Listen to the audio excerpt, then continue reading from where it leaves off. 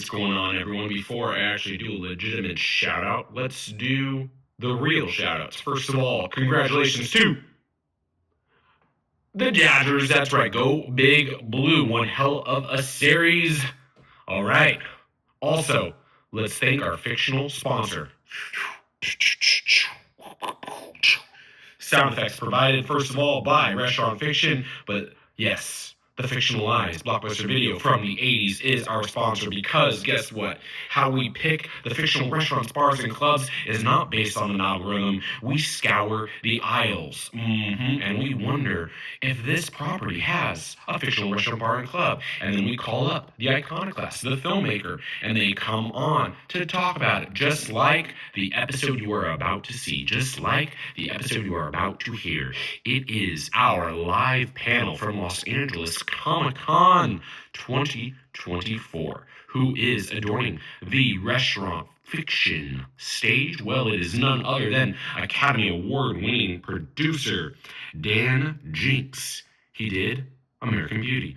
We're talking about The Pie Hole, which was the fictional pie place from Pushing Daisies. We also have the screenwriter of Toy Story 4, Stephany Folsom. And then we have CBS procedural of Extant, or the sci-fi procedural Extant, CBS TV show series creator Mickey Fisher, among other incredible things. These three, this amazing mastermind, we talked everything Restaurant Fiction, we talked everything storytelling. You're just going to hear all and decide for yourself. Anyway, it was an amazing conversation. We want to thank them. We want to thank the attendees. And of course, we want to thank you. Oh yeah, my name is Monis Rose. I am the host. Enjoy.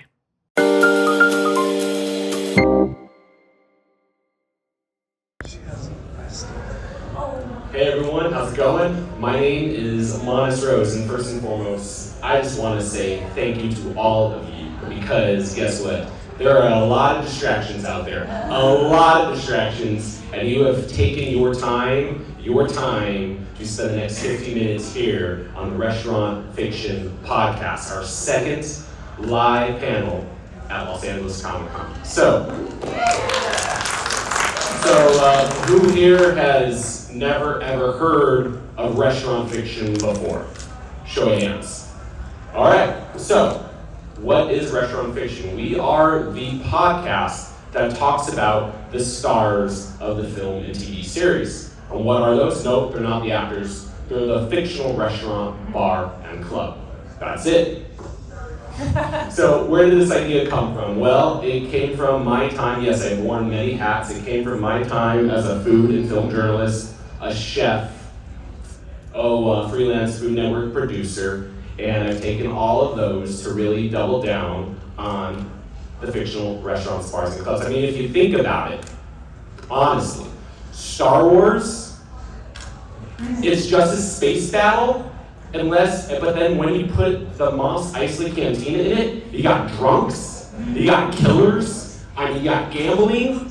Seriously. Look at Avengers. I'm serious here. Avengers is, you just have big explosions, but then you have the shawarma scene, and it all ties the room together. So yeah, once again, we are doubling down on how important the fictional restaurants, bars, and clubs are in TV and film. So let's talk about our guests. To my left is amazing producer Dan Jinks. He executive produced the show Pushing Daisies. Also, he produced American Beauty and Milk. Woo. Also, he is an amazing admirer of all things Broadway and a lot of campy stuff out there. And he loves theater, and he loves food, and he loves Los Angeles. Woo. Am I right about that? Hell yeah! All right. Then, to my right, we have Stephany Folsom. So she wrote Toy Story 4. She actually adapted Paper Girls from the comic book into the TV series. Oh, and she knows all things Stanley Kubrick, and she knows why the tavern in all of the Tolkien universe is so important. That even though they're going to Sauron and all that, they need a drink before. And then finally we have Mickey Fisher. Mickey Fisher created the sci-fi CBS TV series Extant, also the NBC series Reverie. But most importantly, he has a novel coming out because he knows pinball and pizza like no one's business. Yeah. So anyway, we're just gonna have a nice little chit chat, and all that. And then a couple of just little announcements. First and foremost, please like and subscribe. Please either on Spotify or on YouTube, like and subscribe on Restaurant Fiction or wherever you listen or watch your podcast. And also around 10 till there's going to be a live Q&A. So if you have a question for these amazing individuals, please formulate that question now. Without any further ado, guys, how important is the fictional restaurant, bar, and club in TV and film? And that's just going at it. Well, it obviously played a huge role in pushing Daisies, and you mentioned I produced a movie called American Beauty, where the fast food restaurant also played a very big role in was the setting of some big plot twists. Those of you who have seen American Beauty know where the actress Marissa Winokur says to Annette Bening, "You are so busted," at the fast food restaurant. Certainly a key part in a couple of things I've made. Well, I'll jump in. One of my favorite fictional restaurants of all time is Jackrabbit Slim's from Pulp Fiction.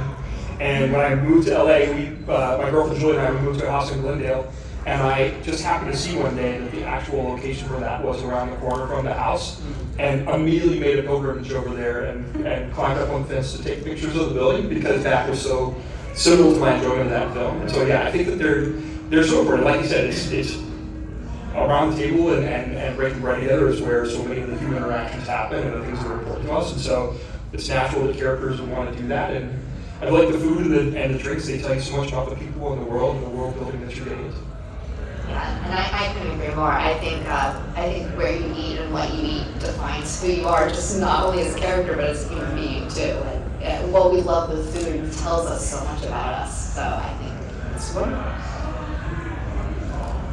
All right, Stephany, we'll start with you, and then we'll just go around. We'll do some general ones. So, you've written for Marvel. You've written for the Tolkien universe, with Lord of the Rings, or at least consulted. You've written for Star Wars. What are some commonalities you see with writing in all these huge universes that you write for?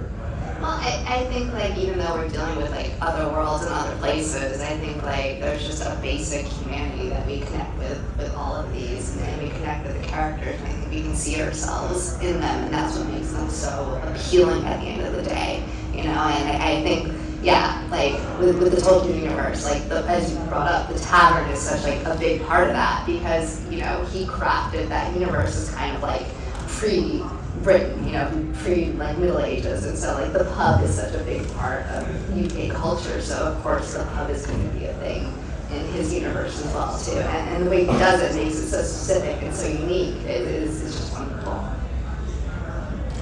So what you're saying is, before we have to save Middle Earth, we're going to get our drink on. Well, yes, and as you should. Sing some songs, definitely. Lots of singing of songs over some ale is definitely needed.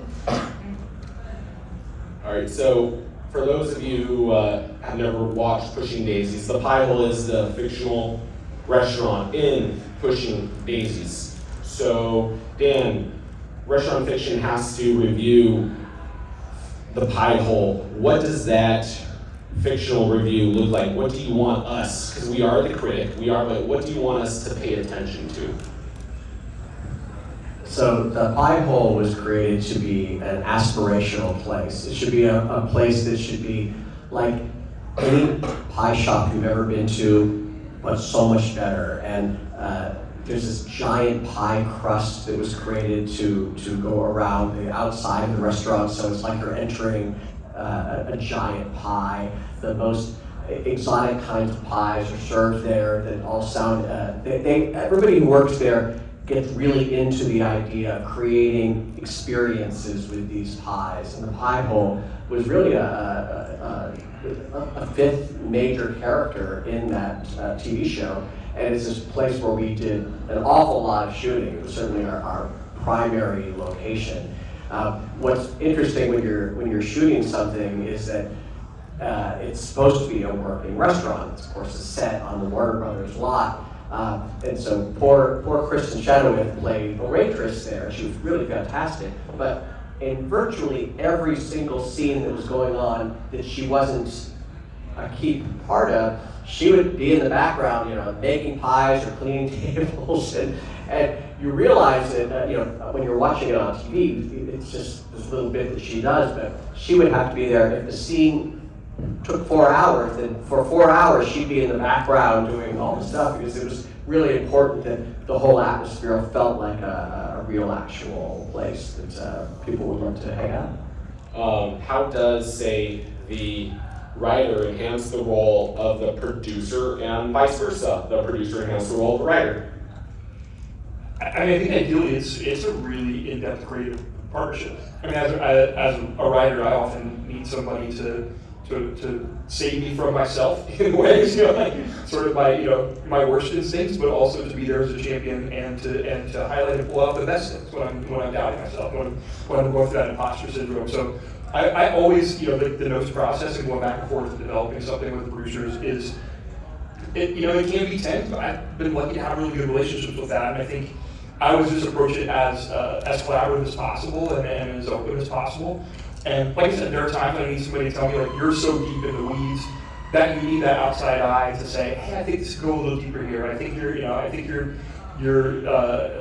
I can't quite follow the dots here. And it all makes sense in my head because I'm like, I've got all the connections up there. And so I really need somebody to highlight those things for me. And then conversely, there have been plenty of times where I just, I can be pretty merciless sometimes when I cut something, and a producer will say, no, absolutely not. Like, that's one of the most important things, that's a beautiful moment, and that's when we have to say that. And so I'm always really appreciative of those. When they're working really well, it's such a great partnership to have. And I think, at a certain point, the rubber meets the road, and you're faced with obstacles. Like, well, we wrote this shawarma scene, and we don't have the $2 million with this Marvel movie. We don't have the $3 million to shoot that in. But for a television show, it's like we don't have the extra $100,000 to go on location. So how do we solve that problem? How do we do this at the end of the show and do something that still tells the story we want to tell, but can do it at a cost? And so that kind of problem solving is always really fun to do too.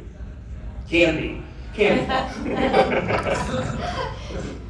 Stephany, what would you like to add to that? No, I mean, I completely agree. I think a good partnership with a producer is needed to make anything, because you have everything in your head and you're so in the weeds of it. You need someone else to always step in and just be like, hey, let's look at this from a 10,000 foot view and let's have a discussion about it. And then they'll see things and you'll see things, and that's a truly great, wonderful collaboration.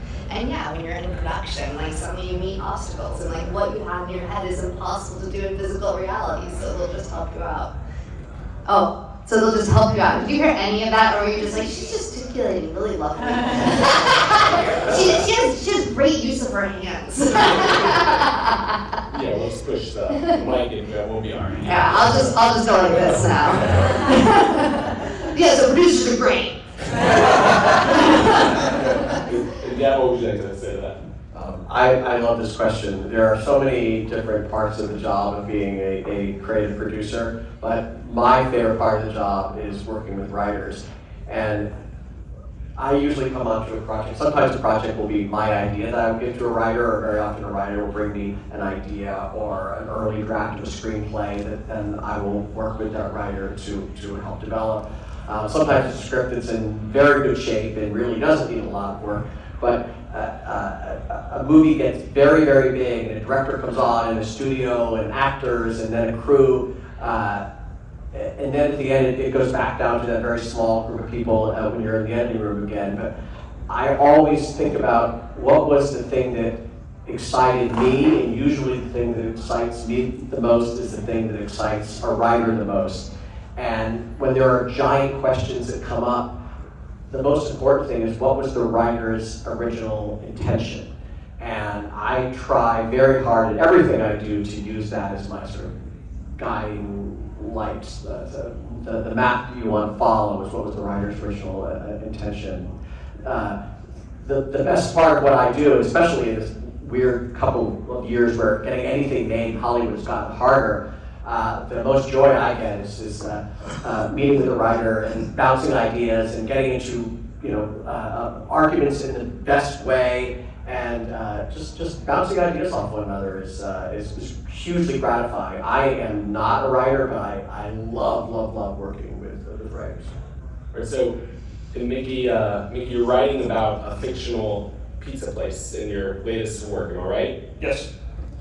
How do you make a fictional restaurant just feel real, feel lived in, make it a character in and of itself? Kind of like bringing it back to what I said about the Mos Eisley Cantina. It felt real. Like you take the Mos Eisley out of Star Wars, it's just a space battle. Yeah, I mean, I think that I'm really bringing a lot of my experience of being in pizza places over the course of my life.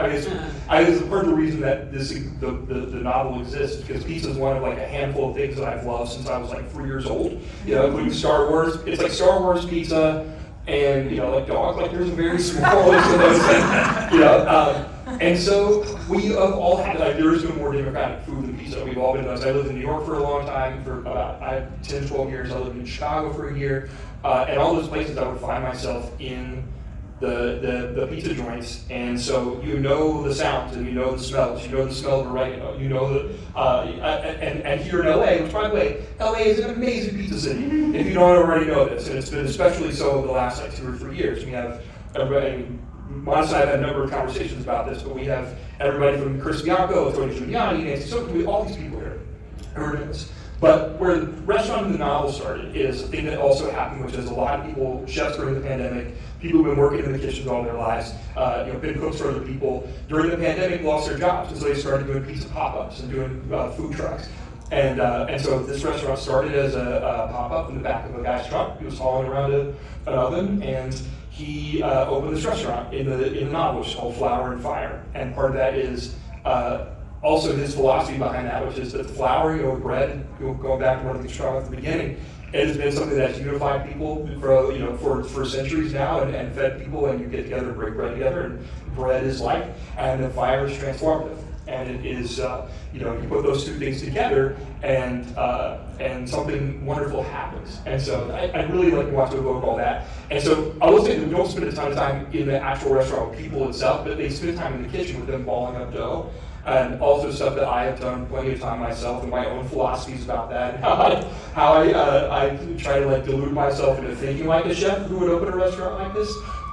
And also the banter that goes back and forth. I have worked in a number of restaurants over the years, or as a host, or I worked at this club called the Blue Note, and I was working at a gift shop in New York, but it was right next to the kitchen, and so I know a lot of that banter, and I've seen a lot of those things too. And so there's that, which I hope comes across too, which is a lot of relationships and stuff in the kitchen. Hope it makes it feel like true life. And I'll make this a together question, but we'll start with you, Mickey. What does pizza say about the characters? Again, like I said, pizza, there is no more democratic food than pizza. And I think that one of the great things about it really is for the everyman. Like when you're living in New York, you will see a guy in a three-piece suit walking down the street with a folded slice, in there. And I was selling merchandise for Broadway shows, and doing those kind of jobs in between the matinee and the evening show. I'd run out to a place called Teatro Pizza, and I would go in there and grab a slice and sit in the corner, and I would watch all manner of Broadway stars come in there and get pizza between their shows. And so, I do think it tells you a little bit if you're, let's say you're a successful man, or at least you're a successful businessman, or at least you want to promote that image of a successful businessman. Maybe you have some time that you eat it with a knife and fork. We've seen that in popular culture over the last few years. But you're also the person walking down the street, Tony Manero and Saturday Night Fever with a folded slice and getting greasy yourself and all that stuff. He does a double folded slice. Double folded slice. I was in wild, with the disco and all that. Absolutely.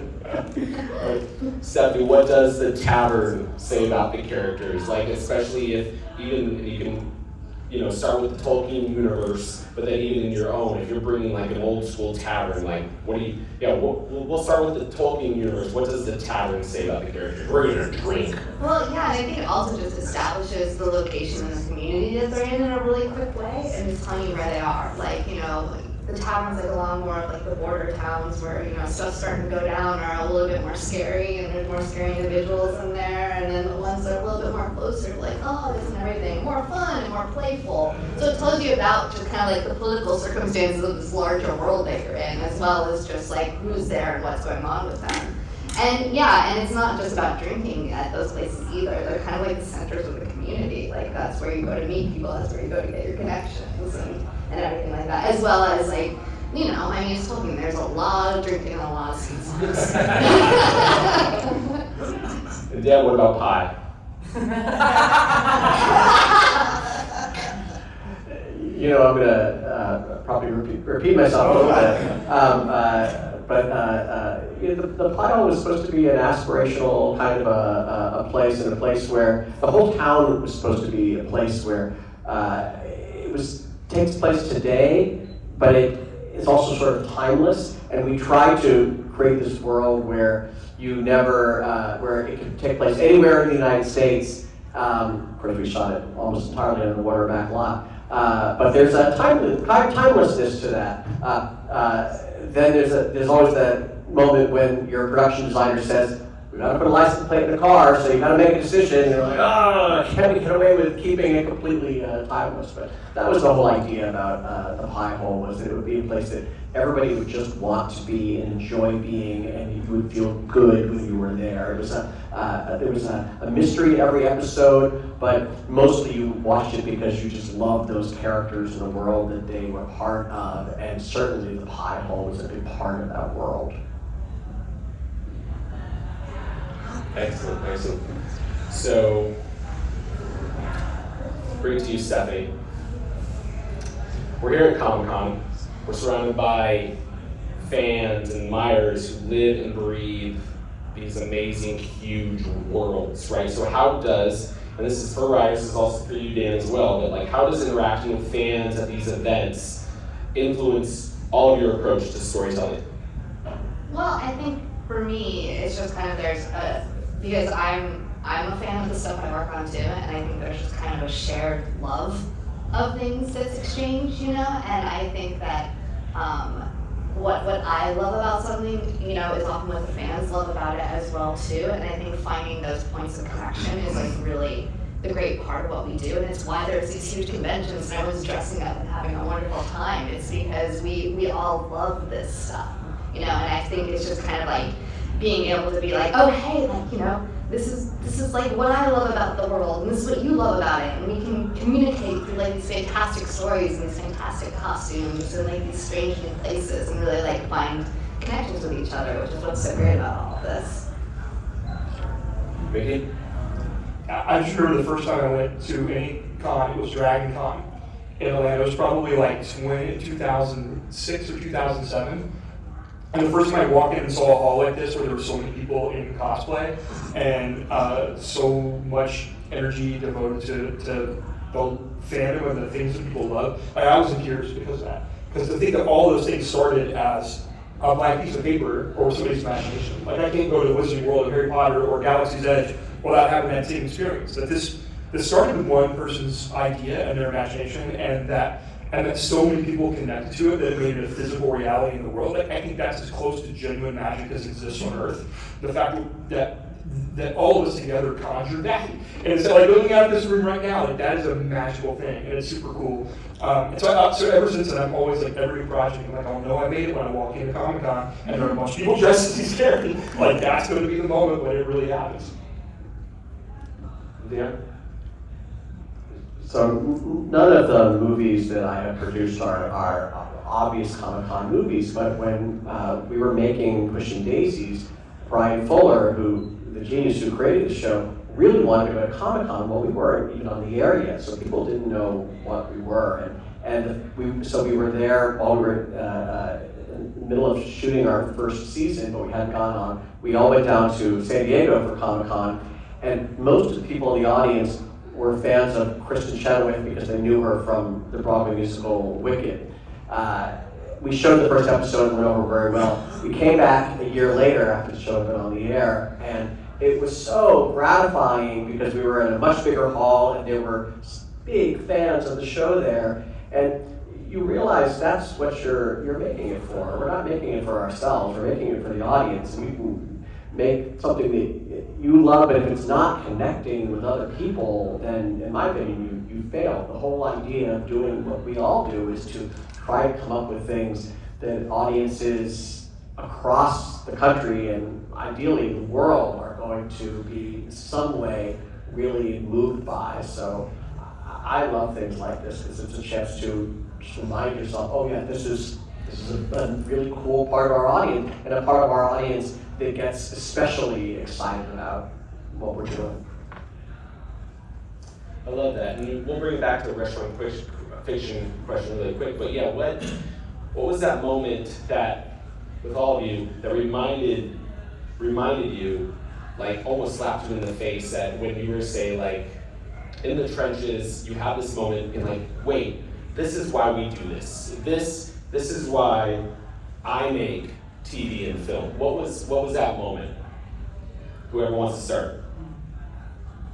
I'll jump in. I think very often it happens to me like when I'm watching something that I know that it shuts off all that part of my brain that knows how the sausage is made, and I'm just enjoying it. Like I remember going to see, a couple recent examples, like going to see Into the Spider-Verse or going to see Fury Road, and just having that experience of like being with a full audience. Well, one of the most vivid times of my life was going to see the midnight showing, Friday night opening weekend of The Matrix. And that moment when Trinity goes up in the air and freezes, and then she, kicks that, cop in the face, and like the Sony Lincoln Square crowd in New York just like went crazy, and people were standing up and cheering at the screen. And I was like, oh, this is why. Like I'm gonna do that someday. Have a moment like that. That's what I'm chasing. That's the dragon I'm chasing, which is maybe not a healthy thing, psychologically, but. No, I'm chasing that same dragon. So I'm in no place to fish. But yeah, I think it's very much, there's a philosophical quote that's like, fiction is the lie we tell in order to tell the truth. And I think that's kind of like what we're all seeking, is just kind of like, like what is like the honest emotion, and what is, especially in this world that's so crazy right now, and there's deep fakes and everything feels so bizarre and weird. I think like the beauty of like what storytelling can do is it can transcend all of that and tell you something really beautiful about the human condition. And I think like for me, like I fell in love with movies and television and all this because I felt like such a weirdo in my high school and in my hometown. But then I saw like these characters living these lives and these things that were outside like my realm of existence, and I was just like, wow, like this is amazing. Like life can be bigger, I can be bigger, and I never would have gotten that if I hadn't seen these stories. So I think these are beautiful little gifts that can help us see each other and see the world for the truth that's there. And a lot of it's great, some of it's not, but it's good to see it. I love that. I love that answer, and I think that a lot of people who work in Hollywood are people who in high school feel like the weirdos, the geeks, the nerds, and we want to sometimes get out of our own world and create another world because that's going to feel better than the world that we're in. And so there's that huge desire to then create things that comes out of that. The movie that gave me a career was American Beauty, and American Beauty was a very, very hard movie to get made. Even once it was set up at DreamWorks, our studio, there were a lot of people there that didn't believe in the movie, and they thought that we were making an expensive art house movie. Expensive was the cost of about $15 million, which is even then very low budget for a studio movie, but there were a lot of people at DreamWorks that thought we were spending way too much money, that nobody was going to go see it, and that it was maybe going to work in big cities, New York, LA, Toronto, Boston, San Francisco, but that was going to be it. And we had our world premiere at the Toronto Film Festival, and the reaction was kind of extraordinary. None of us expected that. And we opened in big cities, and we did much, much better than anybody thought we were going to do. And then we started slowly opening across the country, and it just kept picking up, and then they said, well, sure, but the film geeks will see it, but you're never going to get a younger audience. And then a younger audience really embraced the movie, and they said, well, but it's not going to work overseas. A movie called American Beauty is never going to work overseas. It ended up doing almost double the business internationally that it did domestically. And then they said, you don't have a chance of winning any awards because it's too dark, too twisted. The Academy's not going to go for a movie like this. It ended up winning Best Picture. So that entire journey was just overwhelming and unexpected, and the kind of journey that I never thought I would have the opportunity to go on. And it's something I will always be grateful to have been a part of, something that was something that moved so many people in an unexpected and kind of exciting way. And guys, it's all because of Mr. Smiley's, the fictional restaurant. Mr. Smiley's had a tie. Can I a quick Mr. Smiley's anecdote, since this restaurant thing. On the very first day of shooting American Beauty, we shot all the scenes in Mr. Smiley's. And for those of you that know how movies work, at the end of the second day, you watch dailies for everything shot on the first day. And we watched the dailies, and we all thought, oh, this did not come out as well as we thought it would. And we went to DreamWorks and kind of said, hey, we know we're just starting, but we'd like to do this again.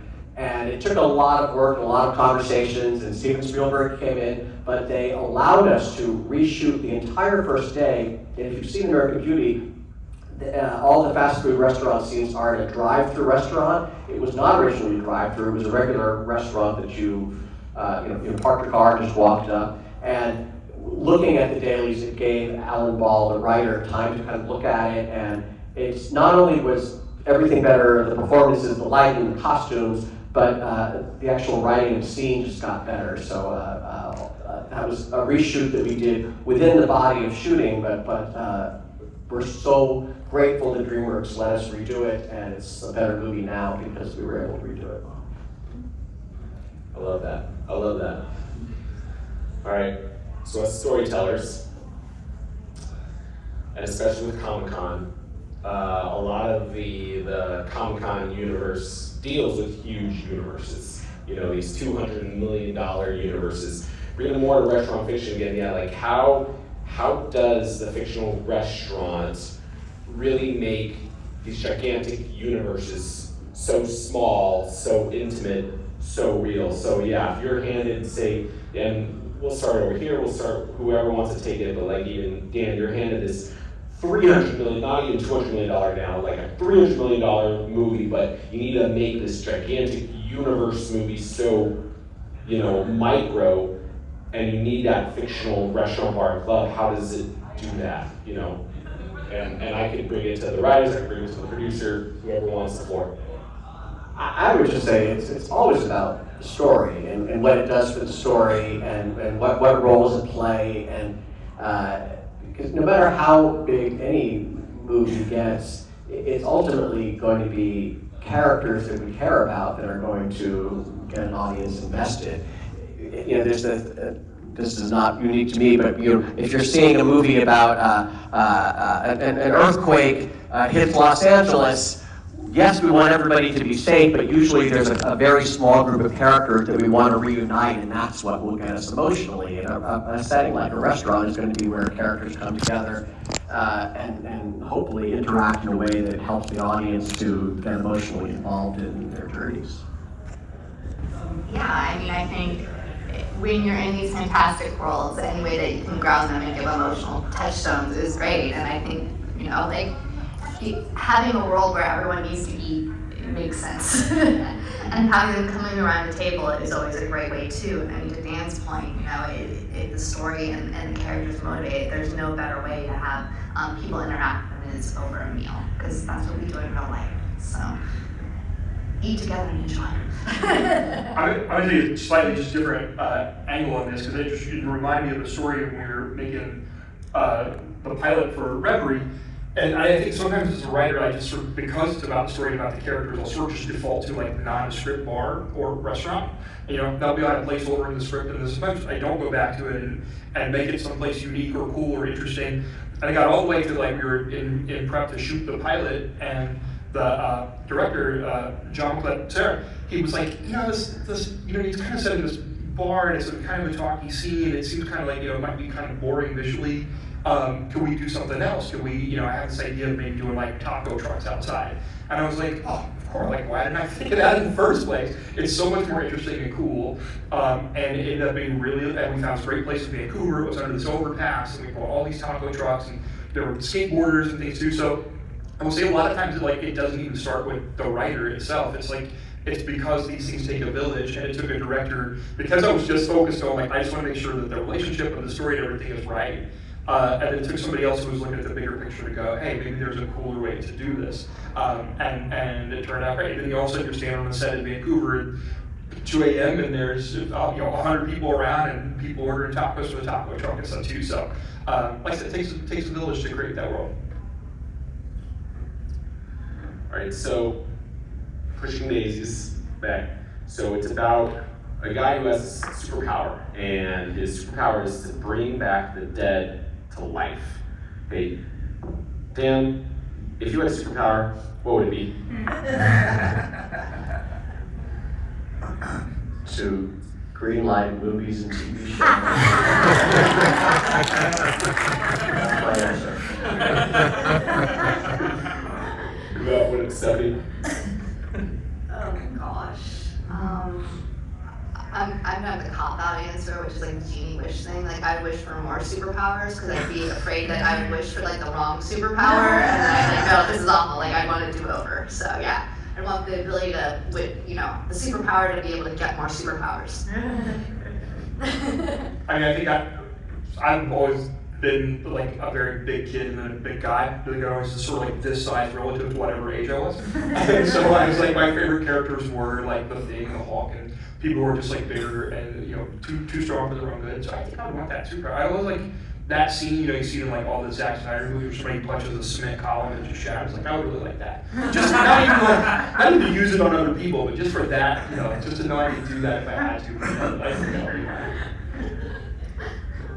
You know, we're as a fanboys and fangirl yourselves, like, what fictional restaurant, bar, and club do all of you geek out at? So, like, yeah, when you're just, you know, away from your own projects, and you're like, no, I want to just put on my fanboy hat, my fangirl hat.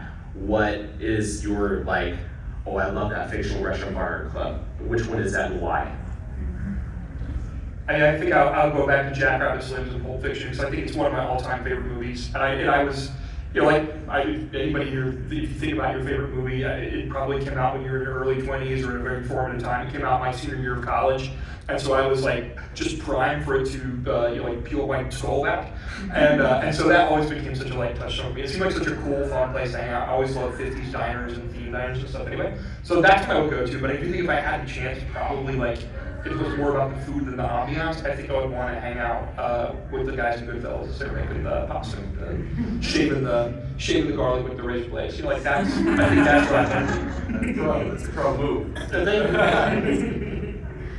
Well, I mean, mine can be Jackrabbit Slims as well too, because I think I saw Pulp Fiction and just like that entry point where I was just like, oh my gosh, this is amazing. And it's more than just about the food there. Like, that dance sequence is just like. I was like, I didn't know people could dance the twist like that. This is amazing. Yeah, so yeah, just the ambiance alone there. Yeah, I want to hang out there. Set piece, you know, it was like a real like set piece of the scene that was like, yeah. Yeah, and I want to dance there. I don't think I look as cool, but I want to do it. My answer is so much less cool than your answer. When I was a little kid, I was obsessed with reruns of Happy Days. And that I feel like I spent so much time in that 50s diner, and that just seemed like the coolest place to be. And if I could have hung out with those people in that setting, that would have been amazing. Which was Arnold's, by the way. Yes. It's Arnold's, yeah, Arnold's. Or Al's. Al's. Or Al's, yeah, Al's or Arnold's. We can see who wants to, but you know, it's a diner. Pulp Fiction, it's a diner. Happy Days, it's a diner. I mean, that $5 shake is still something. It's something else. Well, anyway, guys, is there any Q&A? Does anyone have any questions for these amazing panelists? Yeah, you guys have been talking about like a bunch of different restaurant scenes and everything like that, and I wanted to know from like any of the four of you if you guys have one scene that just perfectly encapsulates why a restaurant scene can be so important in film, in TV, in a play, in anything, in fiction, really. Like a scene that just perfectly is something you would tell us to go watch right now. To just, I mean, I have one that immediately comes to mind. If you don't mind, I'll jump right in. It's not a restaurant scene, but it is so like a way of using food that tells you so much about a character. And it's a Breaking Bad where Walter White is making a sandwich for the day, right? And like very like methodically and precisely cutting off the crust of the sandwich. And it tells you so much about that person. And also it's like there's a moment, I don't know if it's the same episode where he fixes a rickety table leg, too, by like folding up something and sticking it under there. And it tells you so much about his mindset. And so I feel that that's a way, go back to one of Monsh's earlier questions too about how to use food to reveal character. And I'll tell you a little bit about that's the first one that comes to me, not in a restaurant, but in his house. But I feel like it's food as character. Well, I mean, I was just recently on a really long plane flight, and so I was just watching a bunch of like old TV shows, and this is why it pops in my head. It was just Cheers was on, just in reruns, and the whole show is what it is. Like the Cheers at the bar is the character of the show. None of those people be together. This set has its own personality. Like I feel like that's just so defining of like what we're talking about. Not in a restaurant, but there's a scene in American Beauty, a dinner table scene between Annette Bening and Kevin Spacey and Dora Birch, where it's maybe my favorite scene in the whole movie, and each of those actors has such a great moment. And at one point, Annette Bening starts talking to herself, and at another point, Kevin Spacey takes his plate and throws it against a wall, and it just shows you what a crazy kind of screwed up family that is. And it's both really dramatic and moving, and also kind of funny, and all takes place on a dinner table, which we can all relate to. You all have talked about some restaurants being like almost like characters in the show. They are when you're creating these, either writing them or production design. How do you go into creating something that will feel familiar? We know this is a pub, we know this is a restaurant or whatever, but also this has to be different enough that the minute a fan sees it, I know this is Lord of the Rings, I know this is Pushing Daisies. So how do you kind of balance those two? I mean, I honestly don't think about it that way. I mean, I think for me, I'm just, I think to your point as well, it's like I'm looking at like how the characters are engaging and what the world is around them and what those relationships are. And I think like that's my focus. And then what that space ends up being just kind of organically comes out of that, because then it's like, well, what do these characters like? What is this town like? What, where? How does this like complete world function? Like, and sometimes like, yeah, with the Tolkien, it's like, are there elves nearby? Or,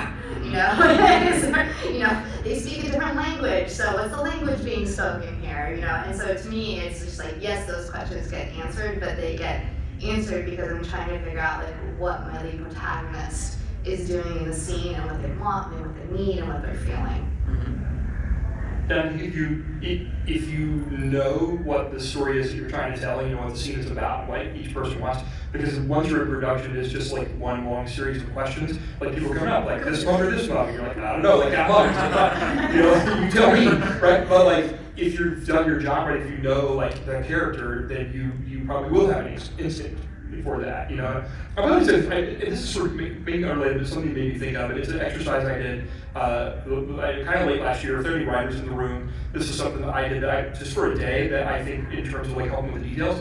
Like I took my journal to a diner, a very like greasy spoon kind of diner over in La Crescenta, and for 1 hour I wrote down every single detail that I either could see, smell, hear, and it really is just sort of like top to bottom. And I was amazed at how many I mean, there are just pages and pages of it. Like once they really start to go granular, you really start to see things. And that stuff could drive story and character as well, or give you new ideas for things. And so I just want to throw it out there in case there are other, writers, filmmakers, and people in the room as an exercise, as a way to get to that, like, getting to feel familiar and you put your characters in that situation, and hopefully it elevates to something else. I produced a TV series that I'm going to go out on here and say probably none of you saw. It was a series for Lifetime called Side Order of Life. And we had the exact opposite of the budget that Stephany had on Lord of the Rings, which was a very big budget. We had such a small budget. And unlike a situation comedy, we sort of accept the fact that on Friends, they're going to the same coffee shop. But on a show that's a single camera show, we were expecting lots of sets, but we had a Lifetime budget that was so tiny that we had one restaurant set that we built. And we were 13 episodes, and by around episode 9, we're like, oh my God, how many excuses can we make for them to go? We have characters saying, oh my God, I love that restaurant, I go there all the time, let's absolutely go there. But after a while, we would sort of roll our eyes and say, this is ridiculous. So we finally came up with a little bit of money to create an outdoor cafe, which is basically 3 tables and a couple of umbrellas, and the camera never went in the direction of where the food would be coming out of, because there was nothing there. But it was, sometimes it's trying to make something feel as comfortable and familiar on no budget. I like to talk about taking the notes at the cafe, and it kind of got me thinking, are there any real, and this is a question also for Manas, too, for all of you, and Manas included, any real restaurants in real life that are like your favorites that maybe like you ever feel like you're like, oh wow, this is like, I feel like this is something that could be in the movie, or any experiences you've had in a real restaurant that has inspired thought for a fictional place, maybe either in the writing or maybe the future. So real restaurants inspiring. Well, it's not a restaurant, but it's a coffee shop that I discovered in the last year that is, it's in Hollywood. It's called Sight Class Coffee, and I would say 95% of the people who are there are writers working on either their screenplay or their TV pilot or their novel, and the other 5% are people like me meeting with writers. And I walk in there and I get inspired. I love the atmosphere. The only annoying thing is it's sometimes very hard to get a table because it's become so popular, and sometimes people will take a booth with their 1 cup of coffee and they will just sit in that booth for a while. But the whole setting inspires me because I feel like everybody there is trying to create things at the same time, and I just love that. I love writing restaurants. I get inspired all the time. I think before the pandemic, I kind of preferred to write out in coffee shops and places like that. And then when all that shut down, I actually created one in my garage. I had a diner booth made, and then I had a little, I got like a mini jukebox and a little napkin holder. Mox actually has reviewed this restaurant before, this fictional restaurant, called Daisies. It's one of the best fictional pizza places one could ever go to. And that really is, so that's my little corner now. It's still in the office in the garage. And I'll go out there. It's basically my writing desk, and it's a diner table, and it has a little Coca-Cola stuff, and there's there's a Chuck E. Cheese Pizza Wars poster to the side. It's kind of like the intersection of 80s and Star Wars and pizza and all this stuff. So that's kind of my go-to inspiration. Yeah, I don't write in coffee shops or cafes. I like being in a little tiny office with no distractions. But when I do go out in public, I really love places that have a sense of history and have been owned by families for a long time, and the family is still working there. One of my favorite places to go is just Langer's, just because it just has amazing deli food. But it's the same people have owned it forever. Pretty sure everyone who's worked there since they opened decades ago. And you can just feel the history and the care and love in the place. place, like all over it. The food's amazing, and just and I love when you can hear like the people in the back bickering like a family. It just brings me comfort. So yeah, I love places that have been family owned forever, and there's so many wonderful places like that all over Los Angeles. I think about like Musso and Frank's. Oh, It's totally. one of the places that when I have family come in, I like, and when I can, I take them there too, because it's one of the oldest operating restaurants in LA still, right? And like, Charlie Chaplin had to move there, and you just know that. I remember listening to an NPR seminar, and they were talking about that somebody suggested to the manager, why don't you go clean all those, murals off the top? It's like 100 years of cigarette smoke. He was like, that's Clark Gable's cigarette smoke. And I think that for the history too, it's hard to go there and not feel inspired by that. Yeah, I love that place too. Musso's definitely would be like our dream fictional restaurant to write about, to talk about. Yeah, just because even not just from a patron standpoint, but even from the staff standpoint, that even in reality, once we had a waiter who he actually sat with us and brought us drinks, and he would sit and like, first of all, are you still working? He's like, no, maybe. It's like, okay. And he came, he brought us some martinis, but then he brought us a picture book. And it's like, what is this? It's like, I'm the waiter of the Stones, the Rolling Stones. And for like last 50 years or whatever, he had these very intimate photos of him with Mick and Keith and everyone else. And it was just so awesome. And then afterward, we even went out to another bar and we just chilled and chatted. And only like a week later, he passed away. And honestly, but like it was like those rich stories is what we even look for. But anyway, guys, that is Restaurant Fiction. This is the Restaurant Fiction podcast.